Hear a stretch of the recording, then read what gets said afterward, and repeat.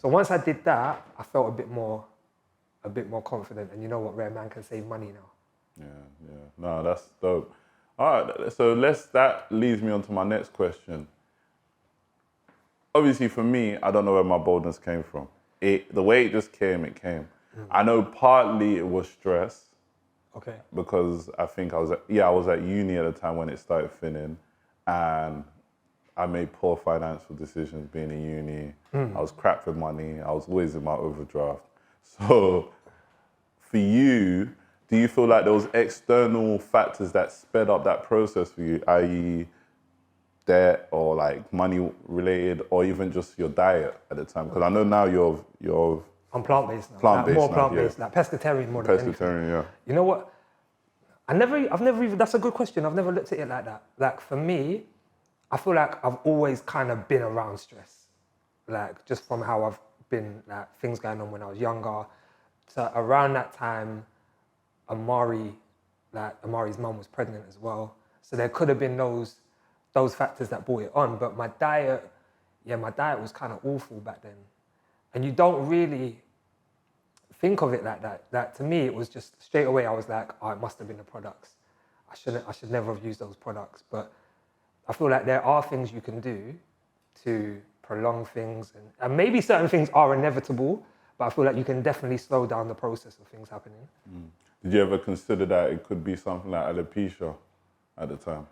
No. Okay. Because to me, it was never like a patch, so to speak. It was like, I saw it gradually happening, but it was just fast-tracked. So it was like, Rare, the corners are thinning. All right, cool. Then before you know it, Rare, my hairline's back here now instead of here. All right, then, okay, little bits here.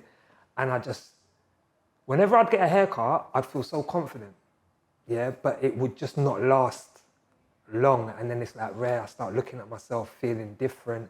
And bro, it affected mentally, like you said, mentally, it ruined me. Like. Yeah, and I noticed that under the post, a lot of men were expressing how their confidence, even to this day, is being knocked. And it's kind of weird, like, for example, for myself, I just kind of had to get over it because of the area I'm from where we always cuss each other. So I'm used to getting roasted, and that was... Was you one of the first to go bald in your group?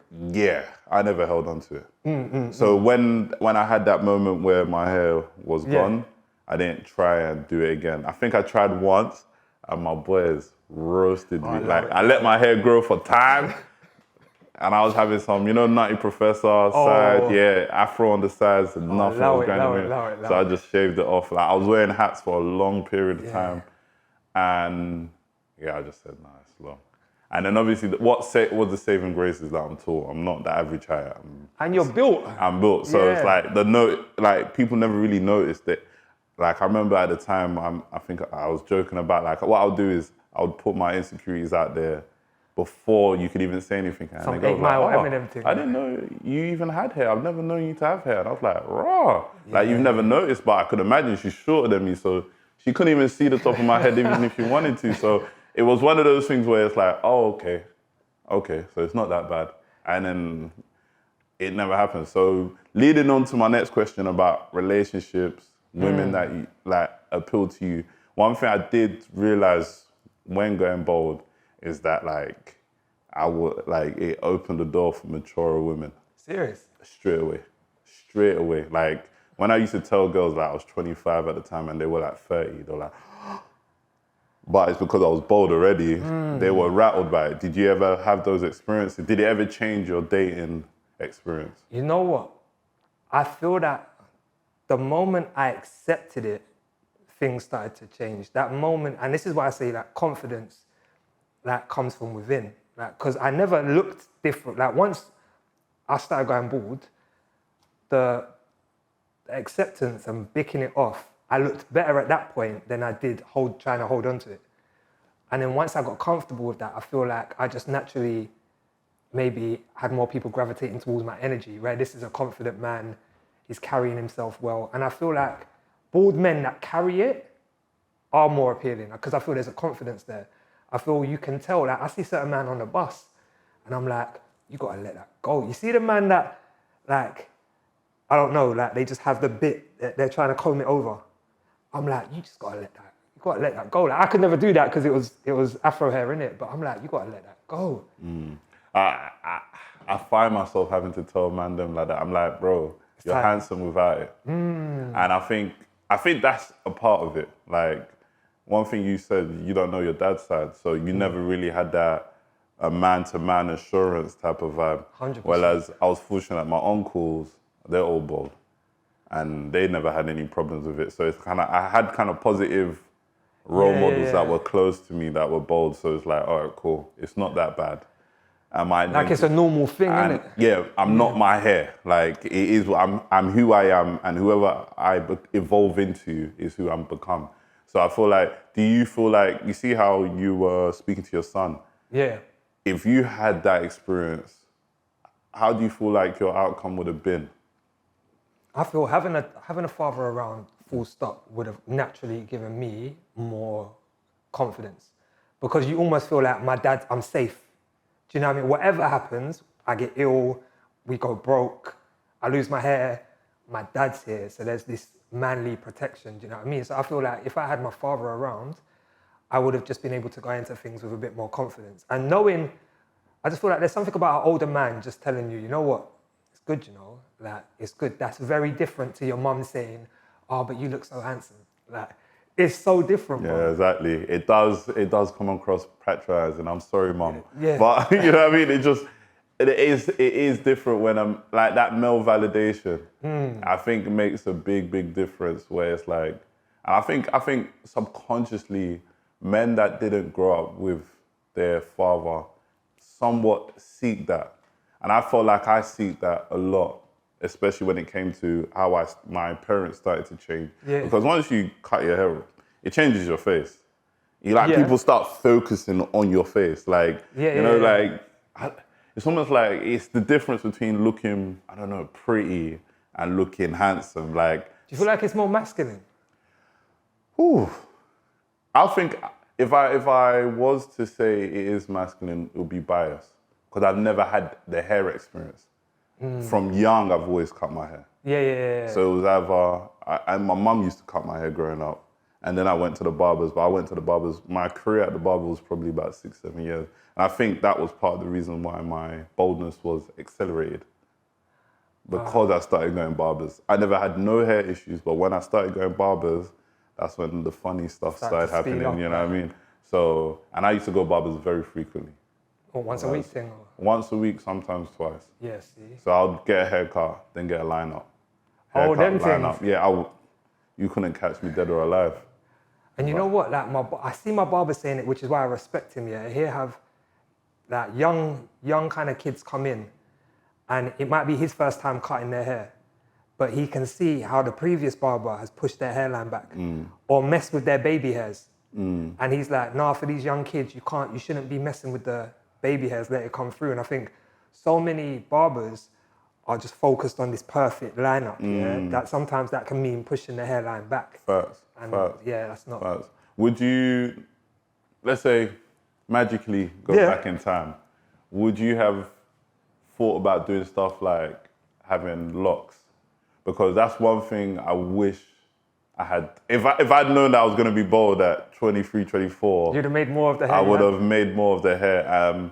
Obviously, for personal reasons, I couldn't have. It's not that I couldn't have cane rolls. I don't think I was bold enough to like tell my mum, "Yo, I'm growing my hair," and da da da da da da da. I was very shook of my mum at the time, so I would have never done it because it would have made her upset. Do you feel like you would have tried different hairstyles, and do you encourage your sons to? Like, in terms of my son, my Amari vexes me with his hair, because he's grown this afro now, and we spoke and we said, you know what, if you're gonna do it, all right, cool, it's gonna take some persistence, but then your mum can plait it, and he doesn't get it plaited. He just likes to walk around, and I'm like, you're doing yourself a disservice, because when you got your hair plaited, you look so fresh. And whereas other people will be like, oh no, but he looks nice, I'm always real with him, because I feel like mums will kind of always say, oh, you look so pretty or gorgeous, and that looks so nice. With me, I will say to my son, I don't like that. I don't think it suits you. So that when I do say, you know what, I love that, he knows where dad means it, because he hardly says it. But growing up, I looked at celebrities. So like Soul Solid Crew, yeah. I remember Romeo had like this border line there, so I wanted that. And then Bradley from S Club 7, yeah. Don't even laugh, I'll be honest. Bradley from Raising Boys to Men. Yeah. Bradley from S Club 7, yeah, he had plaits just on top. So it was bald on the side. So I tried to grow my top for a couple months, but I think after 2 months I gave up. So I think in that, if I could clip my fingers and have hairstyles, I would have tried loads. But knowing where I've got to grow my hair and potentially look scruffy for a period of time until I can look good again, I didn't have it in me. You know what? You said something very interesting about celebrities. And I remember growing up and doing, I think one of the last hairstyles I did was Kanye West. You know, he had the lines on the side. Yeah. And that was my thing, I think, like, during first year of uni, like, graduation time. Okay. And now it's brought me back. Do you feel like some of these hairstyles that we tried to attempt, you know, like you said you use products, Yeah. that also had what do you call it? How can I say? A input in us going bald. Because, you know, like, it's all like patchy stuff that you're doing. So it's like you might cut a night tick out on your head. Yeah. You might put lines here, and like, especially lines on the edges, you could imagine that actually affects your hairline potentially. And I feel like some people, when they get their hair plaited or it's too tight, certain things are too tight, and it does, like, you see certain people as well. And when you're combing your hair, some people comb out their hair's just coming out. I feel it's just important for like younger people to realize, like, you know, sometimes the best thing to do with your hair is leave it. Just leave it, just as little as possible. That's why people that do have locks, they've been growing their hair for time. And you see them, it's healthy hair as well. Do you know what I mean? Yeah. Like, but I'm always a fan of, like, with my son anyway, I like it when it's short. Yeah, it's easier to maintain. Like, you don't have to worry about it drying out or whatever. And because he's getting older, I know he doesn't look after his hair like he should. So I know he's not shampooing it as often as he should. I know he's not moisturizing it as often as he should. But back then, you know, for me as well, I grew up with a white mum. So having a white mum and having black hair, like, my mum would look into it and see what's good. But having a man that says no, or even a black person in my family to say, this is what you should be using, I feel could have made a difference. But a lot of the times, I guess we can try European products that aren't necessarily for our hair, do you know what I mean? But it's about awareness. Yeah.